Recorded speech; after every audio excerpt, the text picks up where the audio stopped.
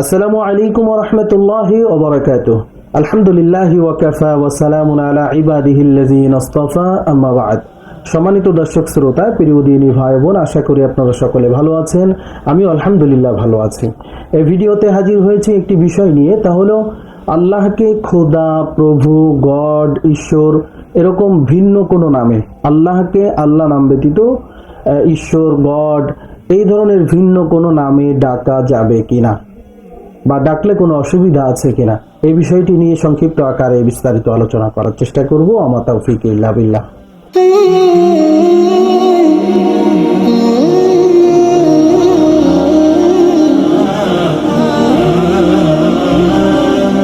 তো আমরা যারা মুসলমান ধর্ম অবলম্বী আছি, আমরা আল্লাহকে আল্লাহ বলে ডাকতে সবচেয়ে বেশি ভালো লাগে এবং আমরা স্বাচ্ছন্দ্য বোধ করি, আমরা তৃপ্তি লাভ করি। আল্লাহকে আল্লাহ বলে ডেকে সবচেয়ে বেশি তৃপ্তি লাভ করি।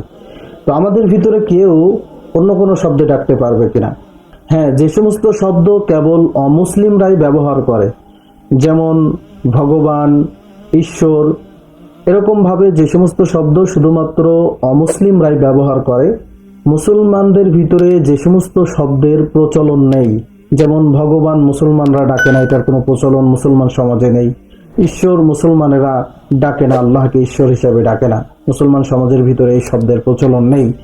এমন শব্দে আল্লাহকে ডাকা অনুচিত, এমন শব্দ ব্যবহার করা অনুচিত, কারণ সেগুলো বিধর্মীদের নিদর্শনবাহী শব্দ, যেমন ভগবান, ঈশ্বর, এরপরে হচ্ছে বিধি, এই ধরনের শব্দ মুসলমানরা ব্যবহার করে না, এটা বিধর্মীরা ব্যবহার করে। এই ধরনের শব্দে আল্লাহকে ডাকা মুসলমানদের জন্য অনুচিত। তবে যে সমস্ত শব্দ মুসলমানেরাও ব্যবহার করে, অমুসলিমরাও ব্যবহার করে, এরকম কোন শব্দে আল্লাহকে ডাকতে কোনো বাধা নেই। যেমন প্রভু, খোদা, গড, এই ধরনের শব্দগুলো মুসলমানেরাও ব্যবহার করে, অমুসলিমরাও ব্যবহার করে। এই ধরনের শব্দে আল্লাহকে ডাকতে কোনো বাধা নেই। আশা করি আমরা সকলে বিষয়টি পরিষ্কারভাবে বুঝতে পেরেছি। আল্লাহ সুবহানাহু ওয়া তাআলা আমাদের সকলকে আমল করার তৌফিক দান করুন, আমিন। ওয়া আখির দাওয়ানা আনিল হামদুলিল্লাহি রাব্বিল আলামিন। আসসালামু আলাইকুম ওয়া রাহমাতুল্লাহি ওয়া বারাকাতুহু।